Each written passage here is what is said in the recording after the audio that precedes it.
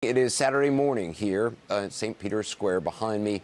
The funeral of Pope Francis now just 8 hours away. The square is closed at the moment. It will reopen at 7 a.m. local time, just 3 hours ahead of what is expected to be the largest single event here since the funeral of Pope John Paul II 20 years ago this month. Italy's Interior Ministry expects more than 200,000 people to attend, and about 250,000 people from every corner of the world have already paid their final respects, filing past the simple coffin and Spartan platform to say a prayer, to reflect and say goodbye.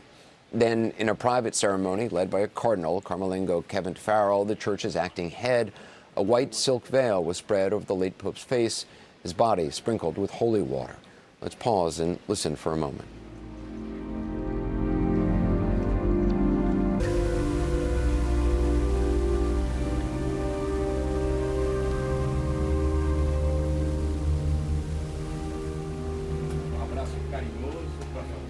Finally, in a gesture officially ending this 3-day lying in state period, the coffin was closed and sealed, and then the basilica was filled with the sound of a hymn to Mary, the Mother of Christ.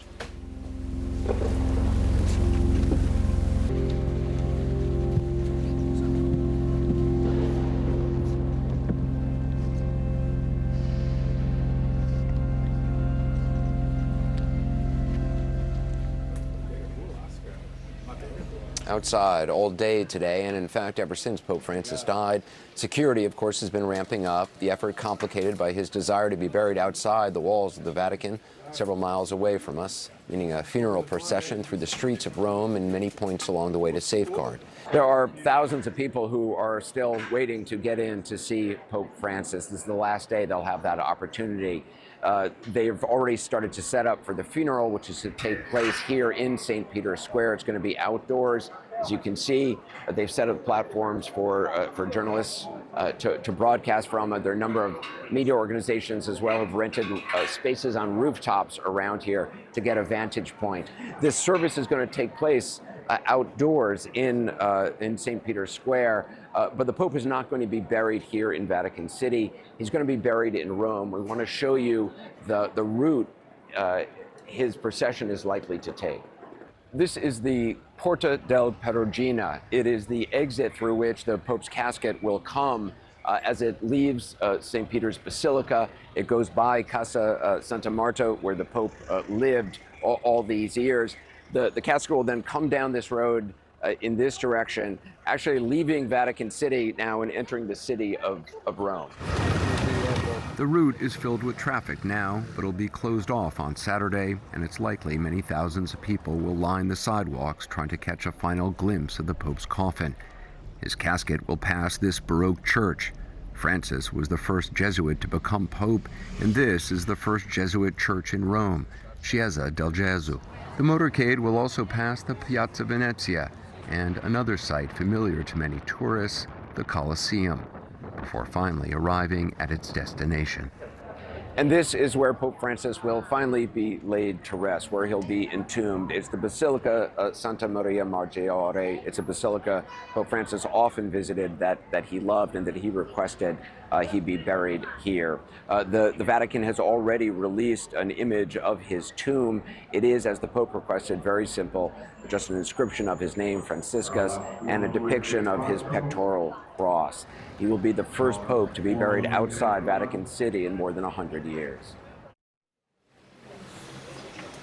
Joining me now are two people who've been providing perspective for us all this week. Colm Philin, Vatican correspondent for EWTN News, and Father Patrick Mary Briscoe, editor of our Sunday Visitor, National Catholic newspaper. Father Briscoe, you spent the day here, much of it in the square. What was it like?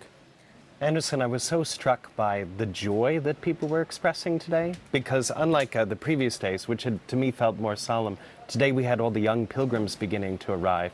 Many of these young people, of course, had been anticipating attending all the Jubilee events for young people and the canonization event of another great young blessed, and now they're faced with attending the funeral mass for the Pope. So it's really quite a transition. And Colm, a lot has been made about how Pope Francis sort of tried to simplify some, not only of the funeral what the funeral would be like, but other aspects of the papacy. What do you expect for tomorrow? There's still obviously Anderson, rites. I don't think there's any such thing as a simple papal funeral. You will still have that rich tradition and the liturgy. It will be steeped in beauty and the culture of the church. But ever since the beginning, 2013, that was Francis's ethos. The papal palace just behind us, he said, I'm not staying there. I'm staying in the guest house. An hour outside of Rome, you have Castel Gandolfo with the summer palace, where popes would stay for the entire summer. Francis's message was, well, the poor would never go to a summer palace, so I'm going to leave that as well. So now that we have, the funeral I think will be much the same as past funerals for popes, but it will be the burial. As you see that tombstone with just his name in it in Latin, Francis. The funeral's been covered, the cost of it. That was another incredible thing that we learned when they released his testimony. He got somebody to donate money to... He arranged for it all to be paid for, so it wouldn't come from the faithful, money from the church, but that money could still be used for the poor. And, you know, we met the other day inside the Basilica as people were going in to pay their last respect. I found it actually more emotional than I thought I would. And we got to go right up beside the coffin. Now, we know that there had been a problem at the start of this with people taking selfies and maybe being a bit irreverent. But, you know, the Vatican officials were trying to keep it graceful and peaceful. And when my wife and I, who we met covering Pope Francis, so that's how special it is, I saw the tears in her eyes. And actually, when I saw Pope Francis looking much different, lying in that coffin, it was an incredible moment. You could see this is the end of a papacy, and this is ushering in a new one, and you know, heading into the future for the Catholic Church. It's also, I mean, Father, what we're going to see tomorrow is something we have not seen in modern times, certainly not televised like this, of a Pope being moved through the streets of Rome in a procession to go to this basilica. I think the procession is so important, Anderson, because the procession is something that most Catholics will experience as part of a funeral mass. And so will feel in a certain way familiar, taking your grandfather, you know, to say your last goodbye to him. And the procession symbolizes what Catholics believe, that we're all journeying towards something, journeying towards our end, our final destination, the ultimate point of it all. And I think that it will give people all the opportunity for one last farewell, which is so beautiful. But also it will symbolize what Pope Francis called for at the very beginning of his papacy, in his first words after he was elected, calling for all of us to be journeying together. It is a chance, Colm, for many people, maybe who didn't get a chance to come here, or even if they did, to line the streets to see him, to look outside their windows and see him. Yeah, it's another opportunity to say goodbye. And we were told yesterday by Sant'Egidio, which is a community here who look after refugees and the migrants. They're not part of the Vatican, but they're right next to the Vatican. And Pope Francis gave them huge support throughout his papacy. They told us that lining the steps of the Basilica of Mary Major will be the poor and the needy of Rome. They will be the last to say goodbye to Pope Francis. I drove that route today, and there's a number of sort of landmarks that have personal significance. I mean, there's the first church of the Jesuits. Of course, the Jesu, yes. Right. There's a Piazza of Argentina that you pass by as well. It's like landmarks, all these great memories that come out. I think that's part of the difficulty of going to a funeral mass, is that you have all of these wonderful memories. That's the cause of joy, the sorrow with saying goodbye, but then the sense that you have something to carry forward. Yeah. You know, it was a beautiful image today. It really struck me when they were sealing his coffin. Before they did that, you know, they had the 2 pages. That struck me. You know, we all get caught up in our lives and what we've done. 2 simple pages summarizing his entire life and everything he achieved, put into the coffin. But when they put the white silk in his face, representing that, okay, you are going to experience the darkness of this world. When they put the lid on the coffin, you're in darkness forevermore. But the light of God will always be in your face. I also think there's such power in in seeing all this and showing it, because this is something we often sort of hide away and yes, dress up as pretty and, you know, put makeup on people who are dead and you know, talk in hushed whispers.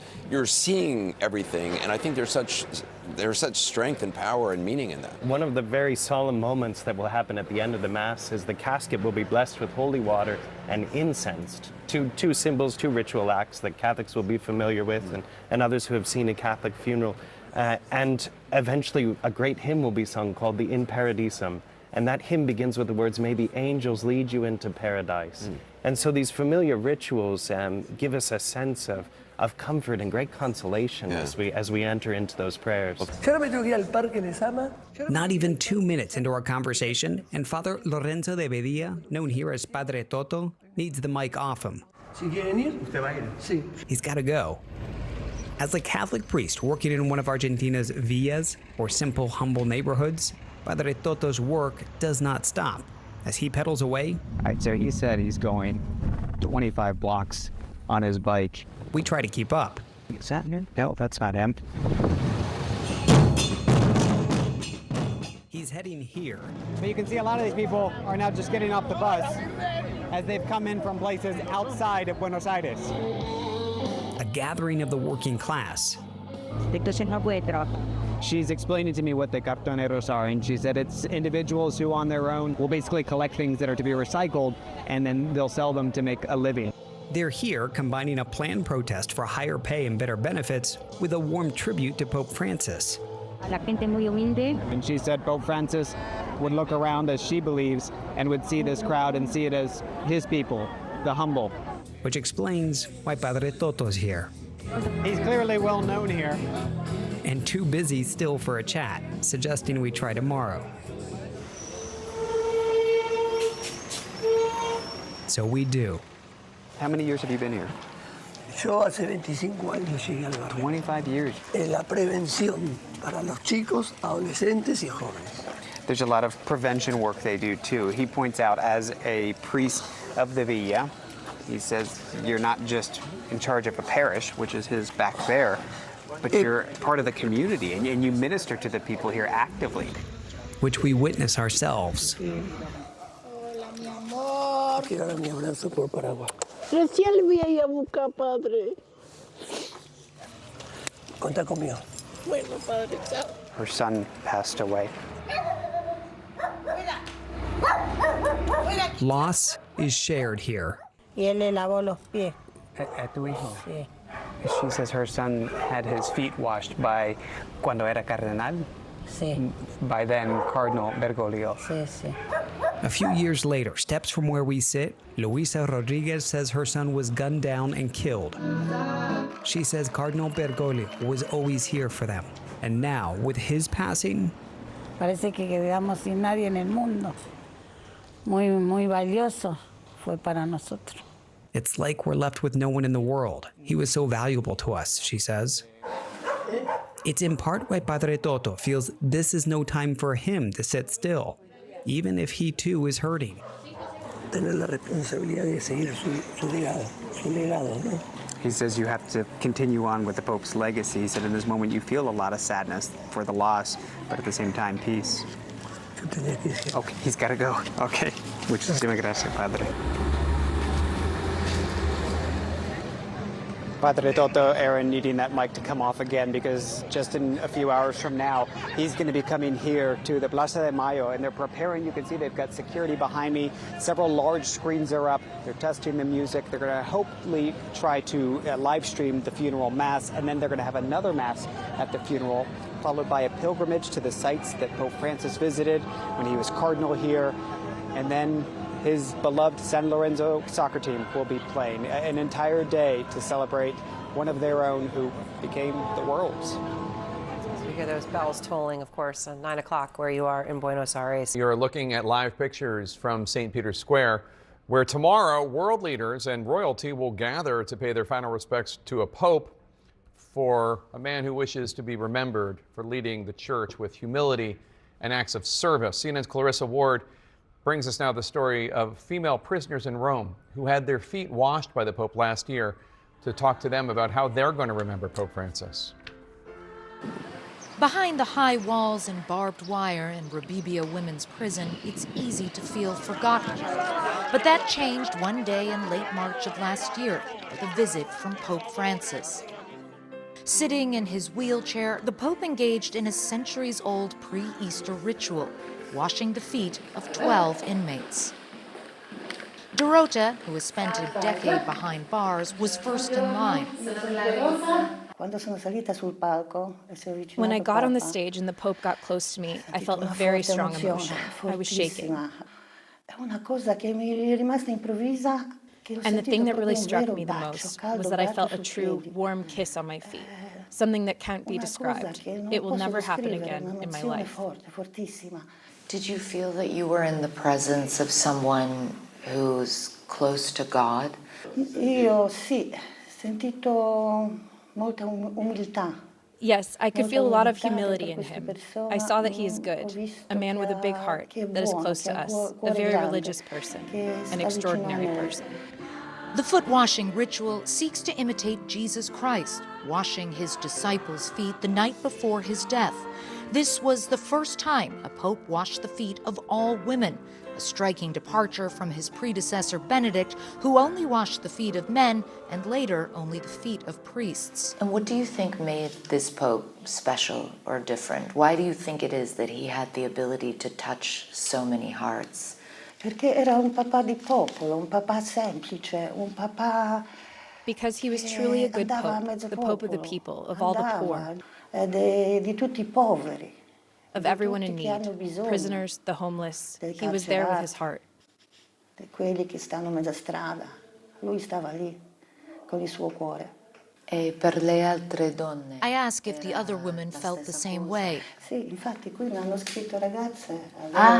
Veramente? Yes, in fact, here I have a paper with some thoughts from the other inmates. Sì. Allora, quello delle ragazze, per noi detenute, For us la visita inmates, del the Papa Pope's è visit stata was very emotional. un'emozione grande. Tramite Papa Francesco, nel nostro Through cuore, Pope Francis, we felt as though our hearts had received true forgiveness. We felt seen and understood.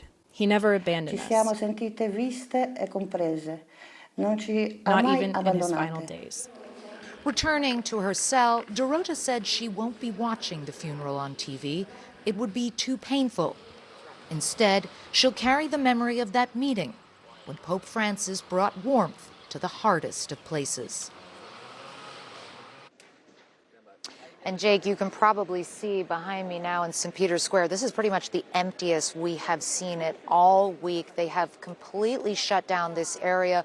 Workers here will be going through the night now, trying to prepare everything to make sure that nothing goes wrong, that everything goes off without a hitch tomorrow as we prepare for this historic event, Jake.